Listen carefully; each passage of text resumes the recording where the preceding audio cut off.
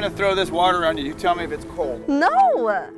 Vogel, I swear. Here it comes. Vogel. You're right in my line of fire, Jenna. Okay, if you soak me, you have to let me know so I can cover my controls.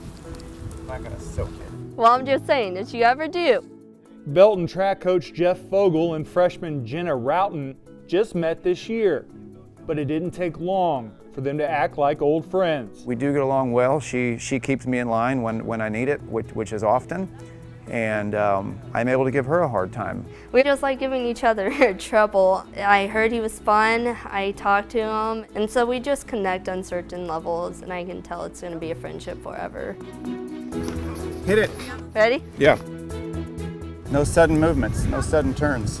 They always have plenty of fun, but that's not why Jeff wanted Jenna around. She just never stops being positive, never stops smiling. She's excited, she has a zest for life, and it's infectious, and I wanted that to be around as many kids as possible.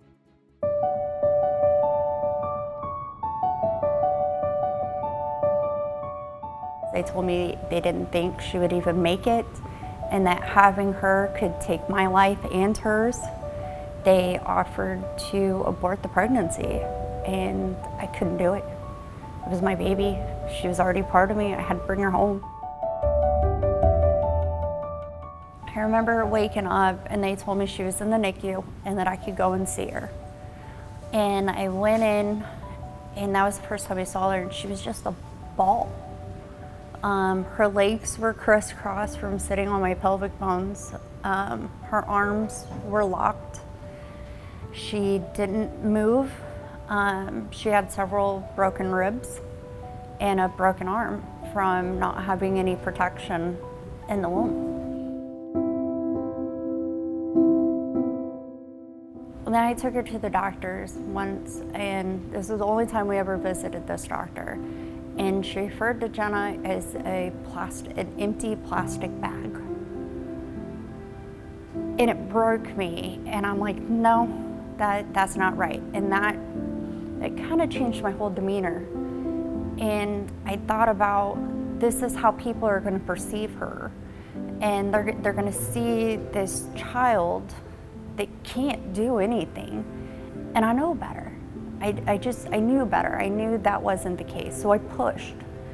And as she started to get older, I would make her, if she wanted a drink, I'd make her wiggle on her behind all the way over to me to get a drink. And anytime a doctor would say, oh, she can't do that, I'm like, yeah, she can. It may not be how you and I do it, but she's gonna do it in her own way.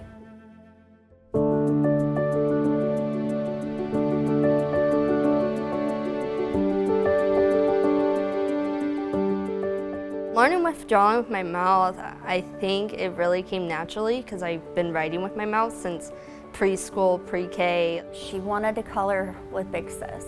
She wanted to color in color books. So we started getting her own coloring books. And we learned really quick that crowns do not work. With crowns, they would break and then the wax would get stuck in my teeth. We actually made an art piece out of all of her bitten and broken crowns. We put it on a board and melted it with a blow dryer. So we still have that piece from all of her bitten crowns. Then we found the Crayola twist tops, so she could color in her coloring books with that. From there, it went to colored pencils. And then she started drawing. And one of her first stills she did, she came, she was like, Mom, look. And it was an elf on the shelf. And I was blown away. I have tried a whole bunch of different kinds of art. I have tried to draw people, and that's like my favorite. I love drawing different kinds of people. Like I made a mermaid and I couldn't draw her arms, so I just like acted like her arms were, she wasn't born with arms. And it's just, I like making like different kinds of people because it makes me feel more seen too. About a couple weeks later, she drew this Chiefs helmet that you would have thought a kid in high school had drawn. And here she was, this little itty bitty girl, doing it with her mouth. Sports have always been important to Jenna.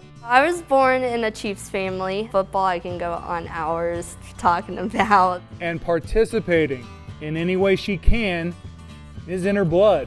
In my PE class, I noticed as the class was doing their daily fitness, whatever it might be, Jenna was right there with them, going back and forth with a big smile on her face. Most gym teachers just like, oh, just do whatever you can.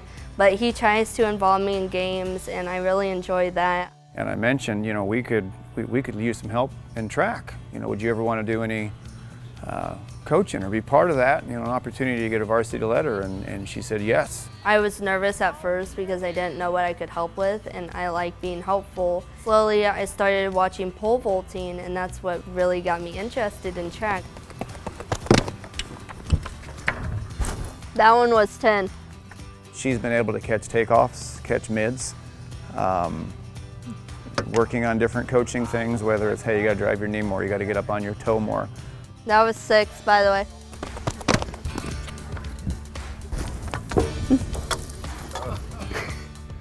That was 10 again. I have a lot to learn, and I can't wait to learn all of it, but it's definitely fun. Jenna's goal is be a teacher, be a motivational speaker.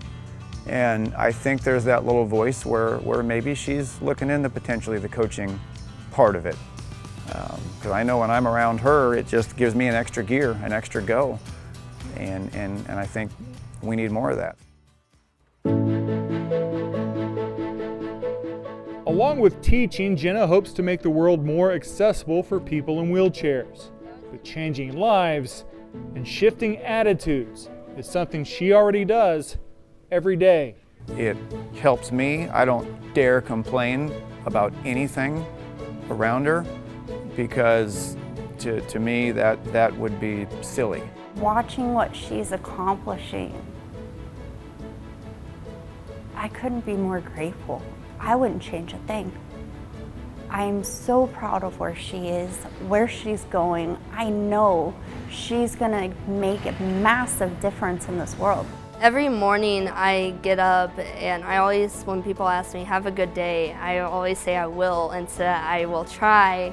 And that just helps with the positive mindset. But I know life will be hard. I've seen how wheelchair accessibility and just being in a wheelchair how hard it is. I always look at the positive side, yeah, I'm sad, but tomorrow will bring something amazing. She has made me better, made me see the better things in the world. It's put a bigger, broader light on that for me of, okay, this is why we're here. Everybody can be great. Everybody can keep a positive attitude. The only disability in life is a bad attitude, and I think she proves relentless positivity can get just anything done.